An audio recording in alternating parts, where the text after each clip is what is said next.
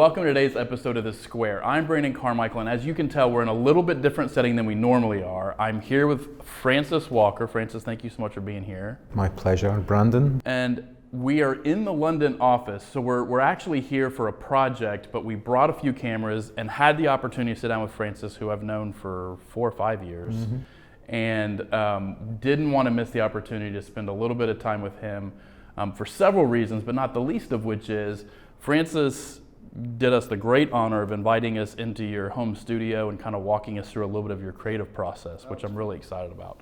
So, Francis, tell me a little bit about what it is that you do for Corgan, and then how you got on the architecture road. Well, I joined Corgan in Hong Kong when we were looking to grow the business in Asia. From success that the aviation team had and the data center team in Beijing. I remember seeing a picture of your office. Yeah, it was a plywood desk. My office was fairly snug. When we closed that office, it was quite straightforward. So in 2018 we started turning the focus to London through some opportunities we had, and I think also it felt like a better fit for the business. I think clients are in the US, the idea of a London office resonates more. But also to have a good spread, because we've got Singapore and London now, so we've got a good time zone spread, we've got good sort of footprint in different parts of the world, which is important. So we set up the office 2019, and we started doing some really interesting work with Virgin Atlantic. And that was when Heathrow Expansion was a big feature of the sort of architectural landscape here, and that went really well until the end of 2019. 2020 looked very positive. We did some big competitions like NEOM that we did with you guys, and then COVID hit. Then COVID hit, yeah, and the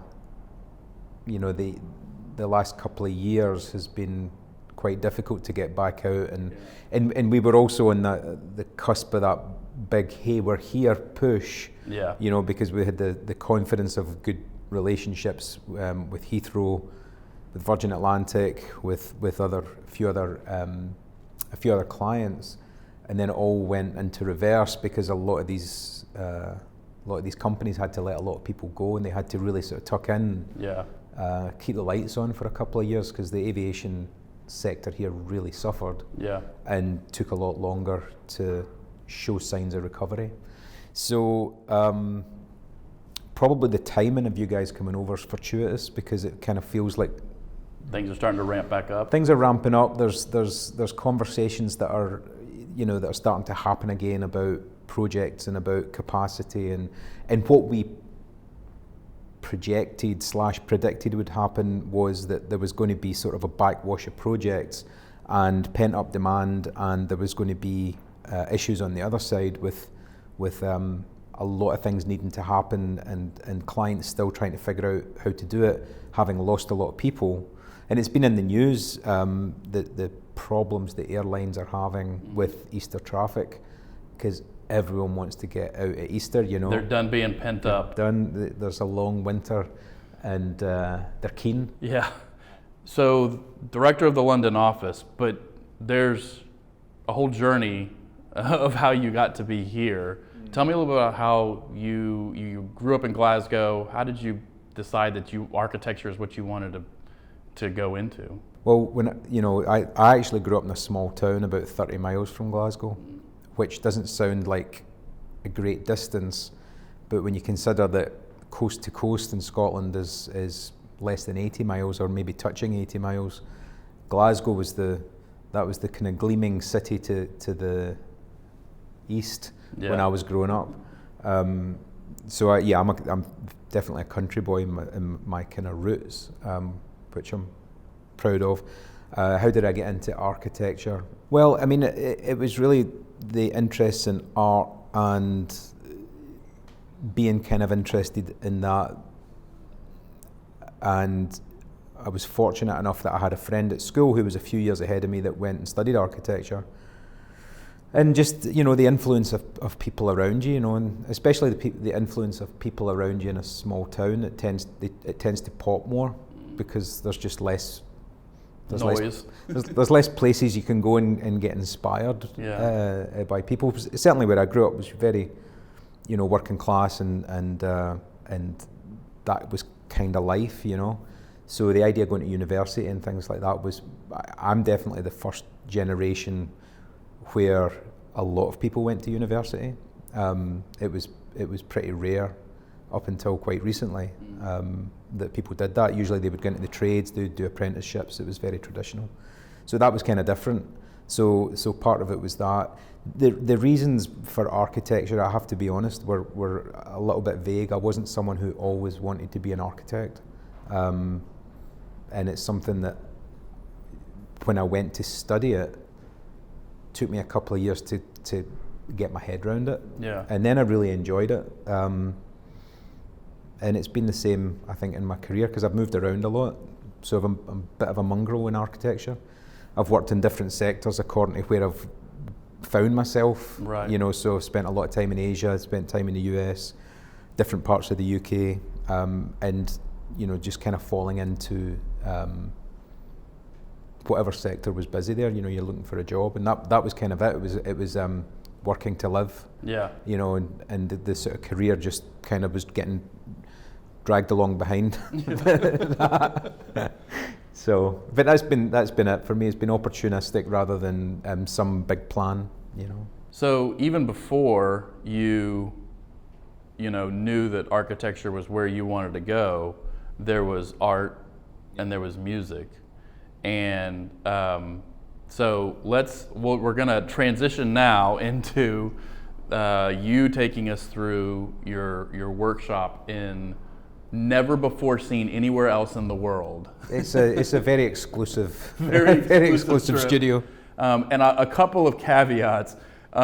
Where we were in the middle of a project as we speak, but also Francis, in perfect opportune timing, is moving in 2 days. The entire house, the wife, the 3 kids. They're all going.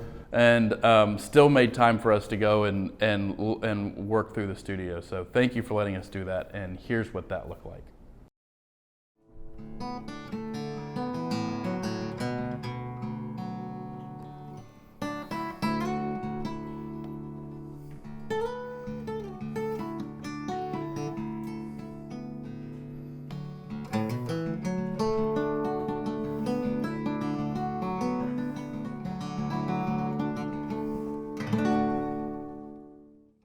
So when we first came in, we talked very briefly about the painting area, but oh yeah, I'm curious because actually not very much like your music, your paintings, the first thing I thought of when I saw them was there's a ton of layers. There's a lot of layers. Mm.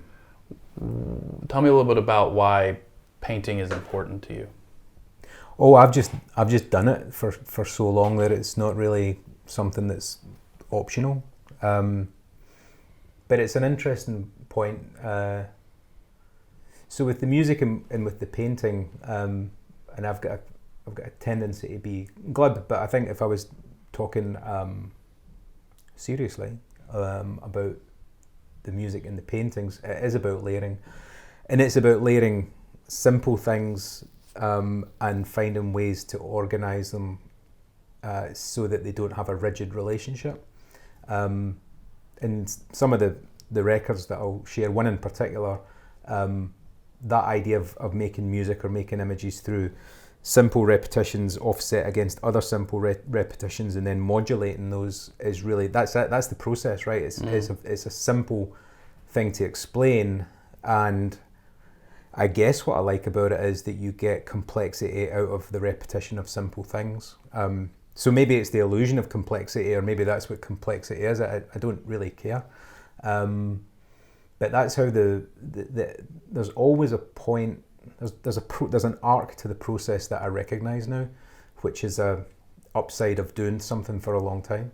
That you forget your technique, right? That the purpose of technique is to forget the technique. So So so at that point it just becomes so second nature. You're able to give yourself to something a little bit deeper. So you trust yourself, and the reason I say that is very, very specific. There's a point in the paintings, everyone doesn't matter, where I'm convinced it's a disaster, and I've come to rely on that as the signal to keep going. Because that could be pretty scary if you don't know it's coming, and in fact, it's probably part of what plays into your fear as an artist, right? Yeah, I mean, you can either let it stop you, or you can push through it. Yeah. And I've come to, oh, this looks terrible. Good, right? we're going somewhere. Is it almost where you have to hit that spot before you'll get to something that you are happy with? I think the reason is maybe specifically to do with the aesthetics, thinking about it, because if you look at the paintings, right, a lot of it is about what you remove, and you remove it at the end. So it's like, throw it all on. Sometimes there's an idea about what it's going to be, but usually that idea sort of emerges at a given point. You go, oh, that looks interesting, and so that starts to dictate.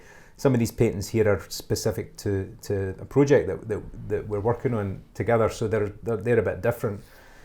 But there's definitely a point at which you start to take stuff away to make the image. So when I read about Japanese art, that's the art subtraction to create the image. I kind of like that, because I guess I keep my options open till quite late in the process. And you also get an interesting aesthetic because you get the layers. So you make all the layers of colour, and you make some markings, and you do some stuff, and then you start to take bits out. So when you actually use the black ink, then you start to create the image. The music's similar in that you've got all these bits and pieces, and it's about using the faders and controlling it in mid-time and real time, and filtering bits out and bringing bits in, and trying to avoid congestion, and then it's about, have something going along that's doing that, and you just pull the faders down on a certain part of it, and the bit that's left, you go, oh, that's the music, right? Okay, that's the bit that was always kind of hiding in the rubbish tip. You've sort of pulled treasure out of it, and that's it, and then you can let that run for a while. So that's the way the music and the art have a kind of very shared process. It reminds me of my college art history class and reading how Michelangelo was quoted as saying that the statue of David was always there, he was just revealing it. Yeah. And that idea of subtraction, is that similar for you, where, once you've kind of piled everything on, the final piece is there, you're just revealing it by taking some of those things away? Well, I think that's an interesting analogy. I would say no, because I think Michelangelo knew David was in there. I don't know what's in there. If you are just kind of feeling your way through, how do you know when you've hit it? Do you know what I would the one artist whose process I really identify with? Well, there's a few. I mean, Francis Bacon is one of them. So Francis Bacon takes his influences from his life, from what he looks at, from what he sees, scraps of paper, strange magazines, or strange other pieces of work, and he just would let it all internalize. And so he was kind of a synthesizer for these images that were, when the image is explained to you, when you look at one of his paintings, you go, oh, that's quirky. But actually there's a lot of it that's coming out of things that resonated with him, and things that he, I think, probably intuitively said, I want to get some of that.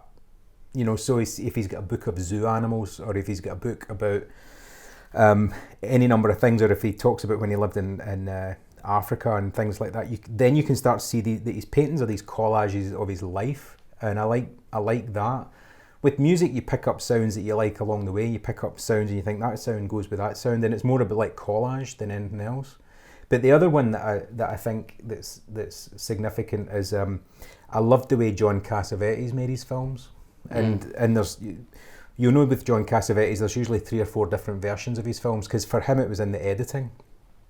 So he would shoot his films. His actors loved them because he didn't have T's for them to hit, right, and he didn't light scenes for a shot. You didn't have to hit a specific cue. Yeah, he was a theatre guy, right? Yeah. So he let his actors go where they wanted, and he would end up with all this footage, and then it was in the editing, and he would change the film dramatically in the editing and shape it after he had all these raw materials. So he was basically creating a palette when he was filming, and then when he got to the editing, he crafted the story. Yeah, and I like that. I like that process.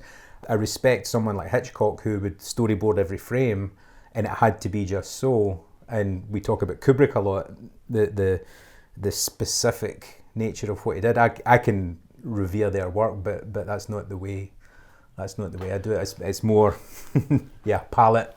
So I'm curious because this happened a little bit on a project we were working on in the Middle East a few years ago, and then more recently, in the last couple of years, a project we were working on together in Africa, and that was the first project that I saw where you start. We kind of had talked.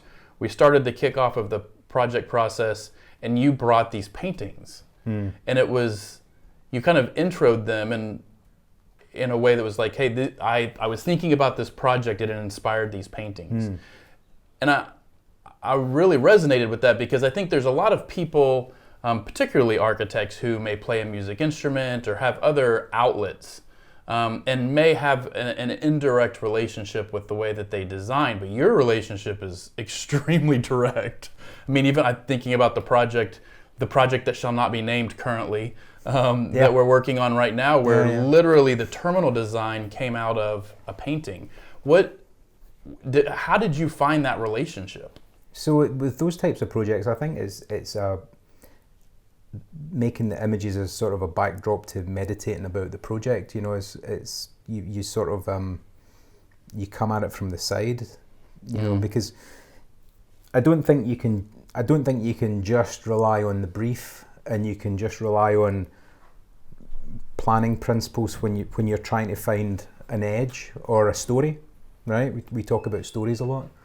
So, I mean, the Ethiopia paintings are over there somewhere, and they were really interesting because I painted 4 boards in sequence, and I think by the time I got to the fourth board, I was really getting an idea about what the themes of the design were, and that was from looking at the landscape of Ethiopia and looking at the influence of the project, looking at the aspirations for the project, and trying to the image is kind of a north point, right? It's a creative north point, and I think it's important because there aren't any studios that can't produce great computer graphics.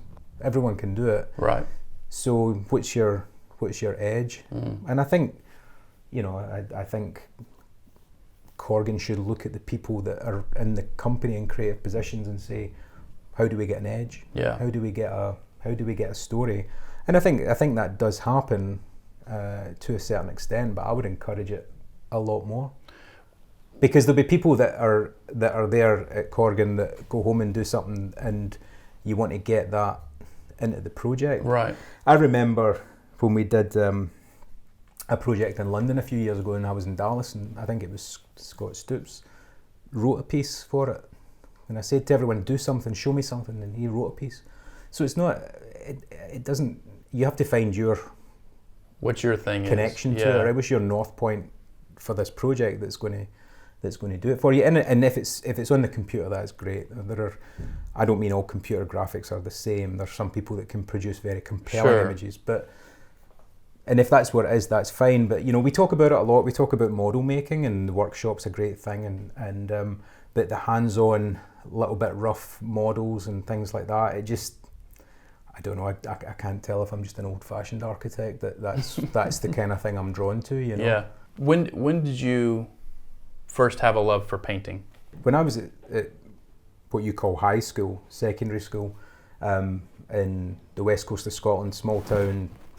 You know, it wasn't a particularly great school, but I had 2 great art teachers that I'm very grateful for, that were very influential on me when I was, 13, 14, 15. They were 2 complementary characters. One was a real Scottish painter, a really hard guy, no messing. And the other one was that was Willie Armstrong, a kind of no messing name. So Willie Armstrong was here. He was a painter. And then Duncan Watt was a hippie, He was an out and out proper hippie, not like a Hayman hippie, like a Taoist out there, and he would play records in class, which was bizarre, right? And he would play Edith Piaf, and he would play. I remember he had a copy of the Rolling Stones' Sticky Fingers with a big chunk out of it, so you couldn't play the first track on both sides. But I remember him playing Sticky Fingers for me the first time in Moonlight Mile, and it's, you know, and this is like a small town in the west coast of Scotland in the mid 80s, you know, and there's this guy, and he worked for Olivetti in the 60s, and he was a very well-travelled guy. I don't know what he was doing in Stevenson, but that's where he was. And he painted wildlife, and these two guys were very opposites, but the insights into art and what it could be. Willie Armstrong taught me about Henry Moore. He taught me about, you know, post-war realism and Lucian Freud and Francis Bacon, and just painters, you know, Joan Sutherland, and, you know, Duncan Watt was out there. He was reading poetry in class, and to be, I mean, a lot of the kids were like, "Who is this guy?" And I was just like, "This guy's great." In awe. Yeah. So he got me on the path to go to the Mac to study architecture. So I studied architecture actually at Glasgow School of Art, and I used to go into the life drawing classes in the art school. I kind of befriended one of the tutors, and I said, "Can I sit at the back and draw?" And he said, "Yeah, do what you like." And so that's what I did. I sort of snuck into the first year fine artists, the second year fine artists, and I would hide at the back and I would do life drawing and stuff like that. So the MAC was a great architecture school because it was in the art school and it was part of Glasgow School of Art. And so it's kind of funny because in the context of the art school, we were the squares because we were doing architecture. In the context of the university, we were real weirdos. So we kind of had a foot in both camps, you know. And so that stayed. That just kind of, it seems like a good way to spend your time, you know, because you with the music and the painting, you spend time doing something and you have something that says you were here, you know. Yeah. So when did music kind of come into the scene? Music was when I was at art school. So early 90s again, I was about 19, and my brother decided he was getting a guitar, and I said, well, if you're getting one, I need one. And I'd never really thought about it. Music had always been a little bit very important to me, but a bit of an enigma in terms of how people made music and what it was. When I went as a corollary to the great art teachers I had at school, the music teachers were, oh man, they were terrible, and they played these old, painful Scottish dirges, and that was what they told you music was. Music, songs with titles like The Weaker Coodbury Centipede and My Grandfather's Clock and other classics. And they would play it on these wooden record players, and they'd be like, oh, just get me out of here. And I'd be one of the kids at the back with the glockenspiel and the wind beater. So that was music at school. When I went to art school and was just in a different group of friends and a different sort of different circle, I got into guitar, and through guitar I got into guitar with effects. And then at one point I put the guitar down and was just playing with effects and playing with other people. And is that where the love of synth and all of that came from? You know, abstract soundscapes just came to the fore. There was sometimes I would touch the jack and trap it in the effects chain, and that would be the start of the piece. You know, the guitar that's cool. Yeah, because the strings were broken or something. So a friend and I, we started working together. We started collaborating, and we started doing music for like soundtrack music for animations and people that were doing stuff at the school. And this was a very new thing. I mean, we were right on the cutting edge of the sort of computer revolution in media. You know, so we finished college and there wasn't a lot of work, so we started a business doing music for media, and we got a grant from the Prince's Trust to buy a Power Mac. Was it a 9500 or an 8600 or something like that, you know, way back. And that was when we get the sampler with the 4 megabytes in RAM and thought we were the lords of music. Those megabytes. 8 seconds of gloriousness. Yeah, so we started doing stuff. We did a lot of short films, and we got some recognition, and maybe if we'd stuck with it in Glasgow it might have gone somewhere. But at the start of '98 I got the chance to go to Hong Kong, and I never came back. So I saw that there was a big world out there, and I sort of started traveling. When I started traveling, you can't really take all this stuff with you. So music became, that was when I went in the box, and then my interest in it was revived in the early 2000s. I went to Los Angeles and studied film music at UCLA, and I worked in Los Angeles for a couple of years and was sort of doing the LA thing, and that's where I discovered that writing commercial music was not my strong suit. Okay, no, wait a minute. Not your strong suit, or you had no desire to do it? Not my strong suit because I had no desire to do it. Fair enough. Because in Los Angeles in music, there's two ways that you can make a career in music. You can either write very competently to the rules with your cymbal swells hitting the mark. Yeah. And that's great, and I've got friends that do that, and I respect their ability to they're very professional, they're very on it, they're very good music writers, very good arrangers, they do producing. Yeah. That's great. It just wasn't for me. The other way you do it is by already being famous for your music. So the best example is probably for me Jonny Greenwood from Radiohead, who does great film scores because he was in Radiohead. Now that's no disrespect to Jonny Greenwood. He did There Will Be Blood. He'd done some great scores, but he's got his aesthetic there. So when he comes in, people know what they're getting, right? And they don't have to decide if it's good or not, because Hollywood doesn't really know what's good or bad. Sure, it's a different kind of assessment. But he comes in and he said, well, Radiohead's good, so we're going to let him do what he wants. Right. Which is wonderful. Plus the good directors going looking for him, right? So right. Paul Thomas Anderson goes looking for Jonny Greenwood. And I was neither of those. I was obscure and making weird music, which is a really toxic combination. But I'm pleased because I met my wife in LA. Yeah. So that was more important. Definitely one of the better decisions you've made in your life. Yeah. And she is a proper musician. Yeah. I mean, I'm not a musician. To me, a musician is a harpist. She's a harpist. She's a trained harpist, singer, songwriter. Yeah. And she can read charts. So I'm a creative person, maybe an artist who knows how to use these machines to make something that to him is interesting. Right. And there's a difference there, good and bad. Some musicians don't have, they won't go out and allege musically because they need the verification. They need the chart. Yeah. They'll play the chart and they'll play it beautifully, but they won't go outside the chart. That's what they do. But you can put anything down in front of them and they'll play it, and that's very cool. Tell me about some of these guitars you have here. Okay, so. Well, actually, this is all of my guitars. Let's just bring this forward a little bit. So, for the last 5 or 6 years, I've been, for 20 years I had 2 guitars, and then in Hong Kong I started practicing more. To go back to the effects thing, I used to play through a lot of effects pedals. So I was very good at manipulating effects pedals, less so playing the actual instrument. And so about 5 years ago I kind of got fed up with that and thought I really need to get better, and I focused on my right hand technique. A lot of guitarists, they sort of focus on what's happening here because that's where a lot of the seeming fireworks happen when you play a guitar, and a lot of the noodlers are here.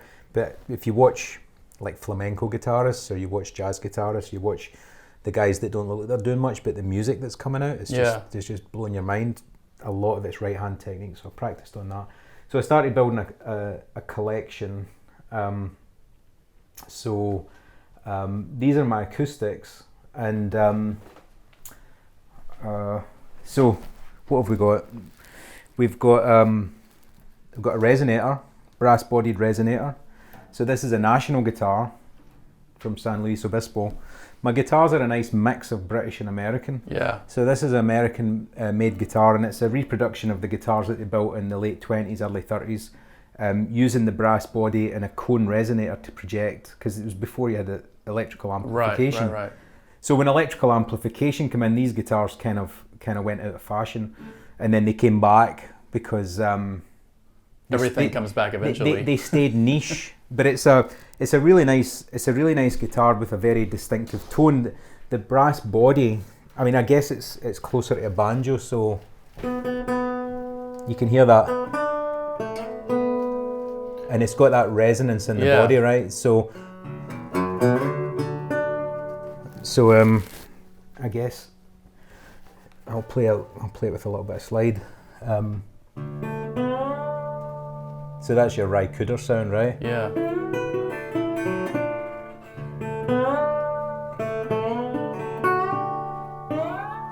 So why guitar? I mean, when the way that we think about, or the way we've been talking about with your paintings and the way that you layer things in, guitar seems to be almost purist. And I know you sample them for some of your work, but yeah. Do you know what I mean? It's interesting to me why you would go with something like that versus maybe a keyboard or something else that has so much more diversity. Guitar, why guitar? It was kind of there at the start. So there's one thing about it. You can get yourself wrapped around a guitar, and I think that the expressiveness of it,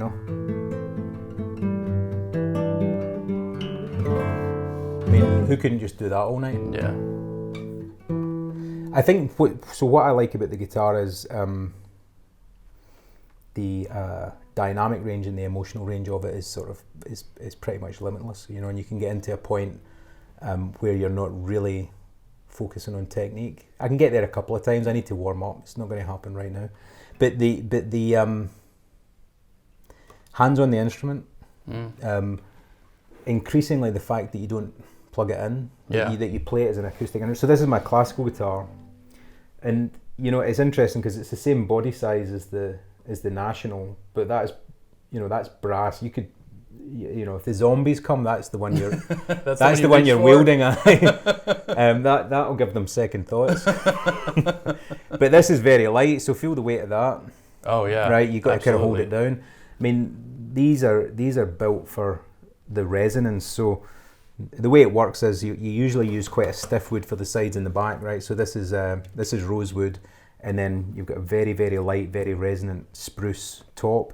And if you see the way the light's hitting that that area, that's called silking. That's the sort of three-dimensional quality you get in the wood if it's a good piece. Yeah. So this was made by a guy in Cornwall, Miles Henderson Smith. I just went into the London Guitar Studio and said I want a classical guitar, and this was the best one I could get for the money. And it's I don't need another classical guitar. This is a wonderful. These are made very traditionally. Some people will make an avant-garde one. I don't really like that. So what's interesting, I suppose, to your point, is I really like cutting edge on this stuff. I like vintage as well. Guitars, I'm very conservative. So that's my classical. So steel string, brass body, aggressive sound, quite brash. Nylon strings, very light body, very. I mean, the classical guitar is probably the epitome of the guitar for a lot of people because it's as delicate or as rowdy as you want to get. It can go all sorts of ways. Let's just do the nerdy guitar bit. So this is a Loudon, Northern Ireland. It's a small bodied Loudon. It's a spruce top again, but what I loved about this is, look at that. Oh, look at the back. So that is bog oak, right? That is oak that's laying in a bog. So a bog is like a swamp, right?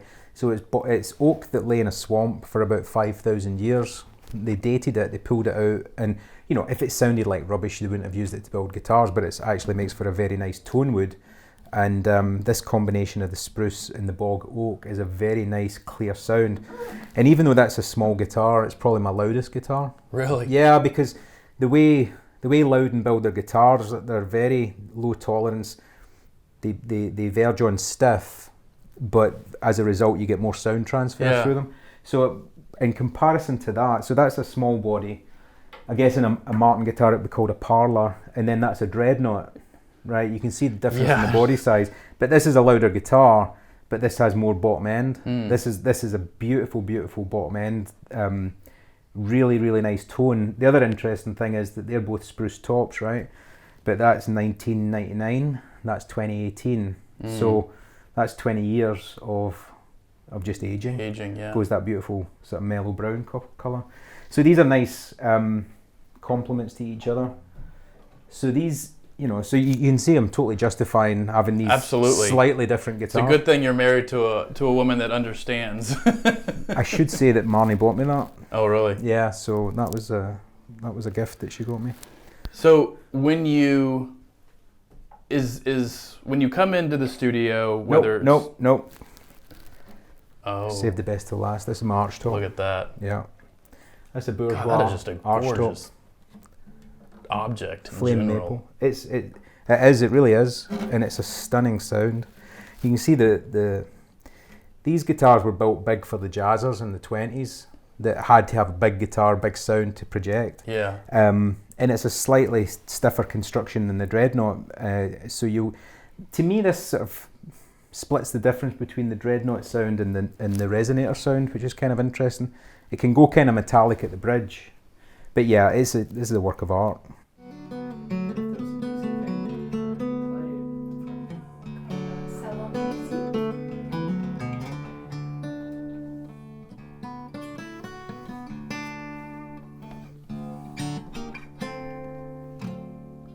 So, yeah, I mean, just to give you an example, the thing I like about this guitar is you play it at the bridge and you play it at the neck and you're going to get a very different kind of flavour. So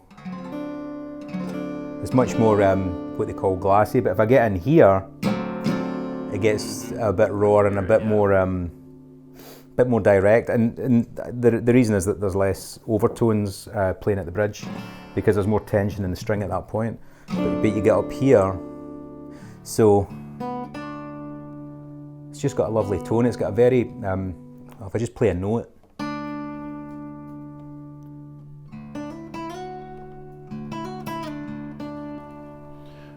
you know, that just, to me, that just sort of takes care of itself. What do you see when you're playing? What are you thinking? So that's an interesting question, because I have thought about that one.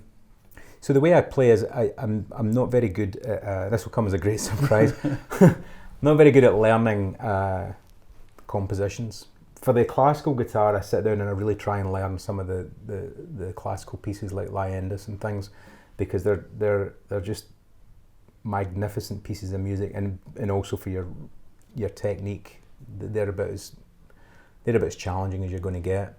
The way I like to play is to play sort of in modes, so I'm playing in scales, and I try and, when we do projects in different parts of the world, I kind of look for the music. I always look for the music when we go places and try and find out. So when we were doing Ethiopia, I'm a big fan of Ethiopian music. There's a great body of traditional and contemporary Ethiopian music. A lot of jazz influence. There's a lot of jazz. Well, so Ethiopia is an interesting place because it's got a whole East meets West thing going on. So it's got Arabic, African, and Western music, but it creates its own thing. So in that, there's a pentatonic in a lot of their folk music, which is kind of a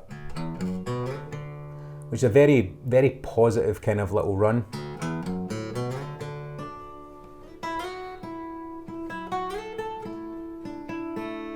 You know, it's just a nice, and so what it's good for someone like me is I can improvise around that.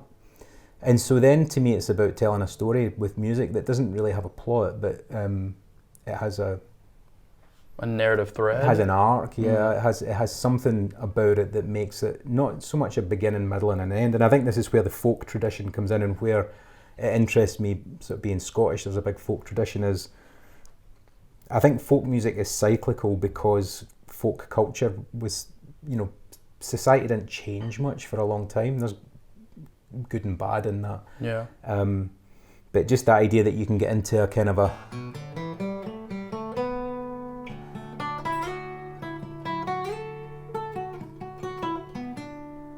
and you get these pauses and you get these rests, and that's like a phrase, right? It's like a phrase in a story. That's like someone telling a bit of a story, but then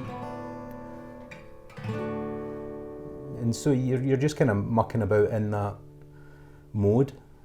Whereas a lot of Western music, especially jazz, and it's I get it, but there's a sophistication in their chord progressions and the melody writing and how the chord relates to the melody and all these things that is about music composition, whereas this stuff is much more, it's simpler, but it's got its own complexity, you know, it's kind of, you can hear birds singing and you can hear kind of... Yeah. Do you ever play for people, or is it just for you? No, I don't, I've thought about it. I think that the idea, now hang on, which one of these is, I'm going to play one more scale on this. This is my favourite scale. But the question is playing out. I've been a harpist roadie, so I know that there's a lot of effort and sweat involved in it. Yeah. Maybe when things open up a bit more, maybe I could find a corner of a street and just throw sit a and play. hat down. I don't really care. We were on holiday last year and I had the resonator and I was just playing it at night. We were just staying at this little kind of holiday park thing, and the next day the neighbour said that was really nice, and I was like, oh, sorry. So it would be nice to do something like that, as long as it was kind of just no hassle. Yeah. You know, I mean, taking all this stuff out. Oh, but this. Yeah. So this is the Japanese scale to completely change direction. Right. I mean that to me is just like wonderful.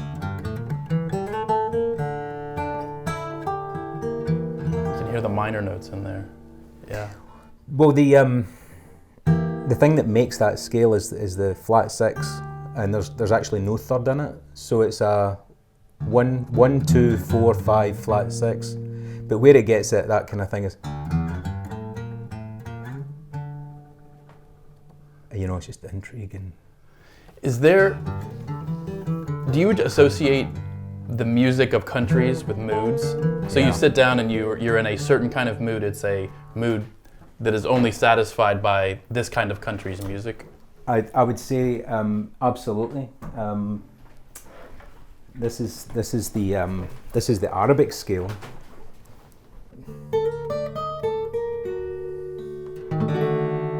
Yeah. You know, absolutely. When you do so another thing about guitar is I play in open tunings.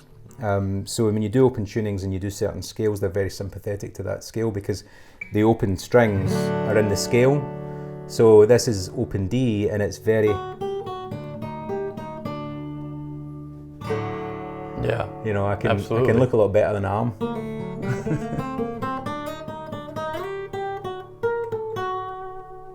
So, and the Arabic music has that phrasing. I love the music that's got expansion and contraction in it, that you can do a lot of kind of very fiddly stuff and then you can take a break and just let a note hang, which is where the tones of the guitars come in, is where this is a good guitar, it's a great guitar, but it's got that, I think because of this oak, it's got real clarity, so the notes don't get muddy, but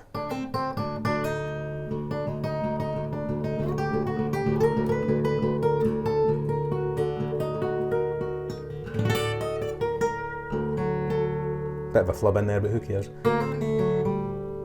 You know, I just want to play that forever. And then it's got, so it's got a lot of articulation to it, but you can create the size. You can get a nice big size of stuff. And then my two electrics are there. I just want to mention them quickly because they're built by a local luthier, James Collins, down in East Sussex. And James and I have become friends, and I went and tried his guitars, and I had him. He just built this one, which is roughly based on a Gibson 335, but this one he made for me. So this was custom build, and there was a few things that I wanted. That you have to play guitar for a while before you know what you like. Yeah. So there's some things in here that if I say to you, you'll go, so what, right? So this is a 1 3/4 inch nut. Typically guitars will come with a 1 11/16. So there's 1/16 of an inch difference in the nut, but it makes a big difference to the string spacing, and it makes a big difference to how I play because I tend to play with a lot of open strings and things like that. And then I was able to specify the neck width and the neck depth, because I like a chunky neck. Even though I've got small hands, I like a chunky neck. I don't like thin necks, and a lot of guitars got thin necks. And then I was able to, specify the pickups and the hardware, and he's got this lovely design detail where he does this sort of crescent moon. That is a solid carve. So this starts off as a solid piece of maple with a spruce cap, and then he just carves it all out by hand. And I've got a book. He does a book and documents it.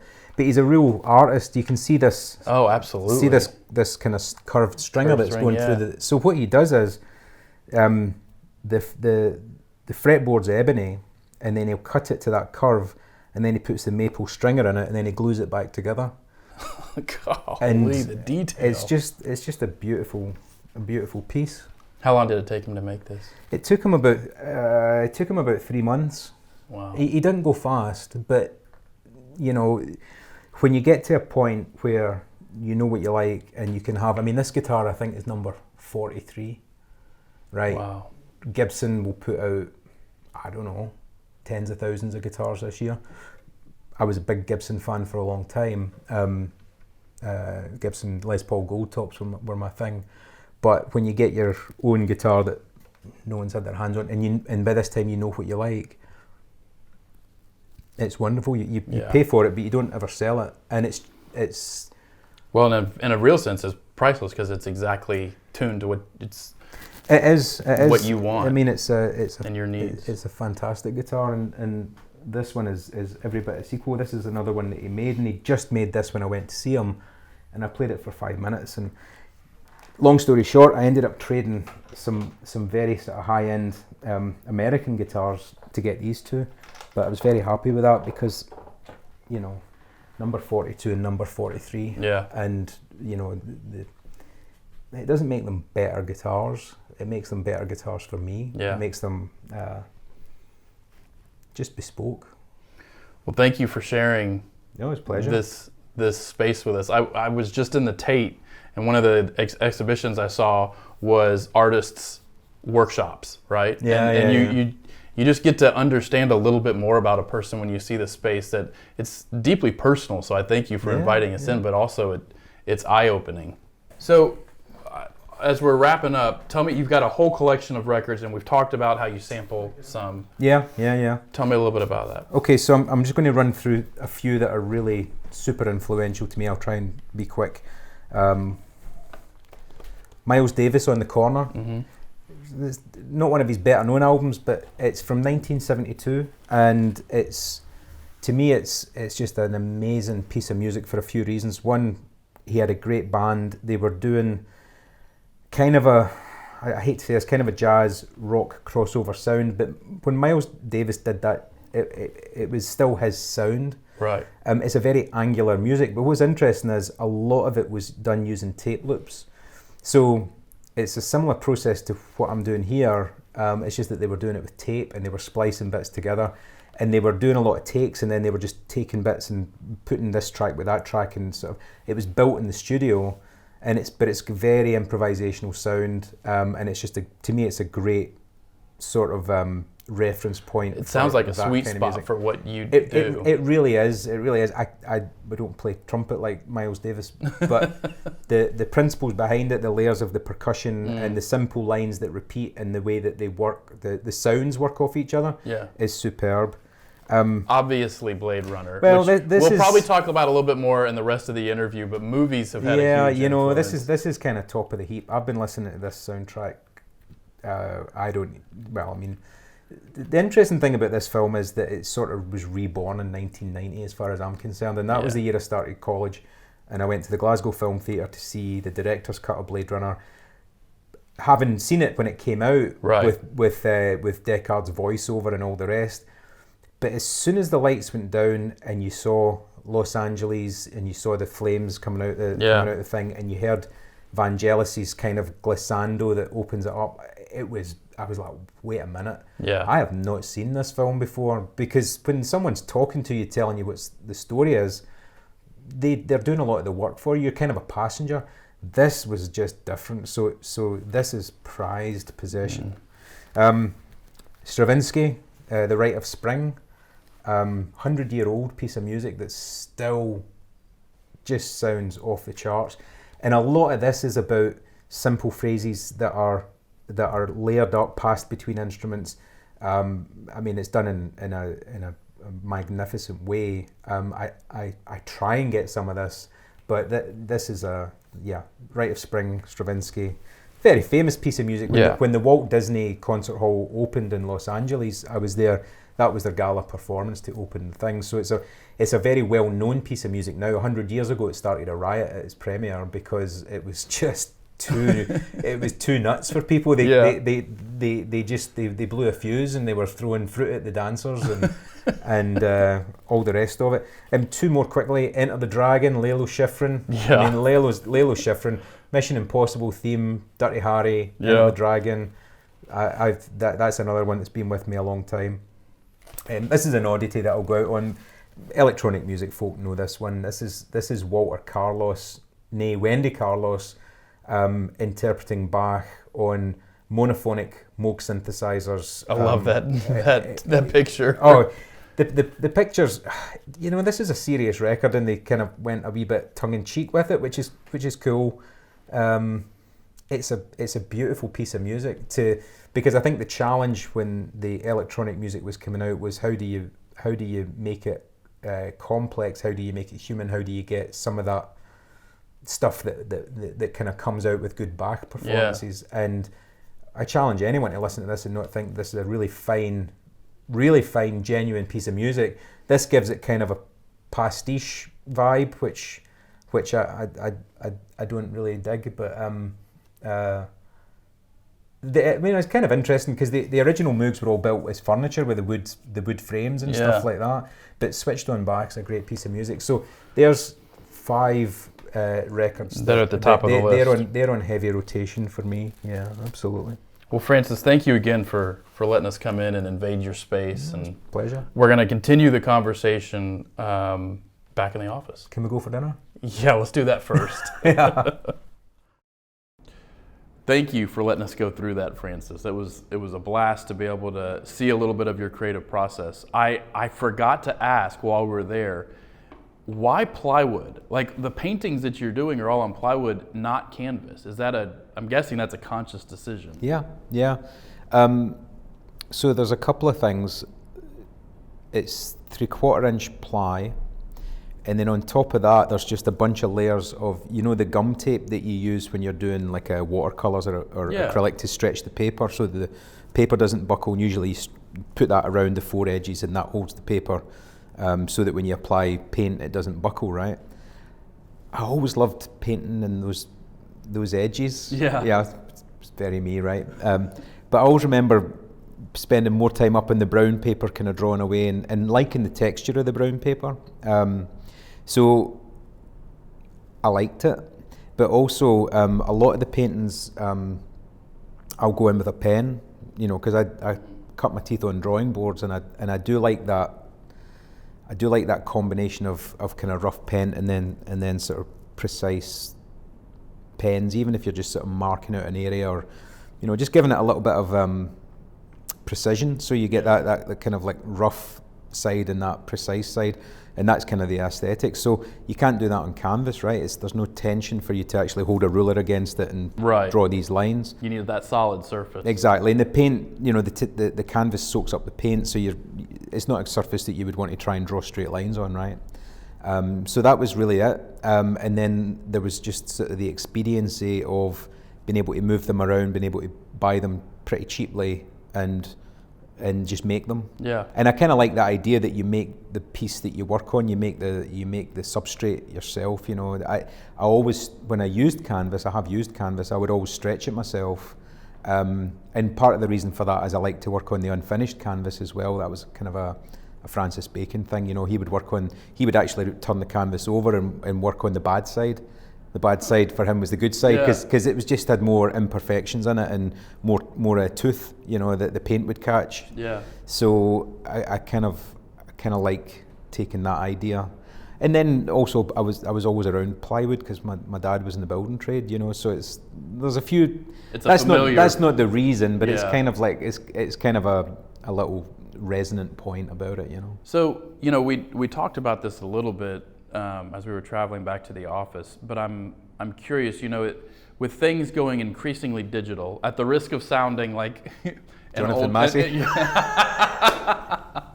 At the risk of sounding like an old codger, with things going increasingly digital, it just naturally, some of the hand skills are going to be lost. And there's it's a double-edged sword, right? Like there's a lot of pros to doing some of the digital things. But I've noticed when you've been working on projects here in the London office and you've been with, some of the younger designers, that they all have a notebook and they're also drawing. And what is the importance of continuing to have that tactile feel, similar to the way we talked about the guitar and a few other things, having that tactile feel versus the digital? Because you're also somebody who can appreciate the digital. We've done a bunch of digital projects with you, but it's definitely different tools for a different narrative, it sounds like. I think that there has to be something about holding a tool that's designed to do just that job, right? So, a mouse is a wonderful design, right? It's probably the mouse is probably going to be the thing that's remembered in 500 years about our time, because look at what they could do with like that a finger, But that said, it's sort of you do your accounts, you send an email, you design. I like the tool that does the job that you're working on, and then I think very specifically the relationship between the hand and the eye and the brain is something that develops over time, and drawing through the question, So even this morning, working with Puna, it was reminding me that when we were setting out site geometries, you used to take a sheet of paper and draw your site geometries, draw the principles of your site, and then you would overlay that, and then you sort of creating your own module and you're working to that. He's in the computer and he's moving big pieces around. It's super impressive. But when you're doing certain things where you want to say, well, here's a geometric principle, it's almost a little bit like 2D CAD was kind of an advantage for that. I was boring them all about how UCS alignments and stuff like that. The setting things out doesn't flow the same way, right? Is it harder to see the relationships between things or understand them because you can mass move them? Oh, look, I certainly, I think when you're doing a certain point in design, I cannot argue with the ability for us to get in and show a client what the space is like three-dimensionally, and be able to move them through a space, be able to animate sequences, be able to actually create architectural media which is more in line with the media that they consume in their lives, right? That makes a lot of sense to me, that automatically they can connect because it's not alien. Whereas 2D drawings, printouts drawings, there's a knack to reading a plan, right? And if you don't have the training, you're going to be lost. Yeah. So I'm definitely a both and advocate, but I do think that your brain and therefore your own personal development benefits from doing that, making a mark on a piece of paper. It connects you to a lineage, it connects you to sort of tradition, a history. So I think it's a shame that gets lost. Absolutely. Usually in the interviews and the profiles, we kind of encapsulate the question in different ways, but I think because of the amount of time we've spent together, I can probably just ask you pretty bluntly, why are you an architect? Well, I'm an architect because there's the sort of fundamental way of practicing I really enjoy, by contrast with painting and with music, which for me are kind of introspective and sort of insular and solo endeavors. Architecture is about collaboration. It's about teamwork, and it's about people with very different eyes on the same problem. Different levels of expertise, different areas of expertise, I should say, and And I just really enjoy it when everyone comes together, focused on the solution and looking for those innovative ideas. And I find I get better ideas from other people than I can come up with on my own in architecture. So that's why I be an architect, I think. You know a little bit about everything, just enough to be dangerous. You seem to start at a different place, which is with the art, and I remember usually when we're in a kickoff meeting, we go through kind of the list of the requirements of whatever the project is and kind of whatever the design motivation is that the design director has. And you started off showing artwork that the project, just an RFP, had inspired in your thought process, which was an unusual place for me, or a unique place for me to start from. Certainly as a creative director, it was a great place to start from, but maybe in some ways you are your own client when it comes to some of the artwork, but your art is still something that not only is inspirational, but appears to be really key to the beginning of the creative process when you go to design a project, and then is something that you're not shy about, that's something that's in our presentations to clients and whatnot. So you have to remember that I studied at Glasgow School of Art, and that was, we were the architecture department doing a Glasgow University degree, but part of the art school culture and campus. And that was a great place to be, but, because it was a very, very creative place, and we worked with artists and with music and with other things. I did, as much stuff with the art students as with the architecture students. So the idea of analysis and inspiration being parallel, sort of interwoven processes is really important. I don't ignore the analysis, but the inspiration is something that I think you want to take ownership of a project. That's how I do it. Other people do it different ways, but for me to take ownership and to put the effort in that the projects need, that's how I do it. That's the process. That wasn't a thing I learned. That was just a thing that sort of I had to do and fight for, to be honest. Yeah. Well, thank you so much for letting us invade the office a little bit and certainly invade your studio. There is a ton of content from this episode. So we're going to list a couple of different links down below, including a link to some of Francis's public work that's online. So if you want to learn more about it, you can go take a look at that. Thank you, Francis, for having this conversation with us. Thank you. And make sure to check out all the information below and the next episode of The Square.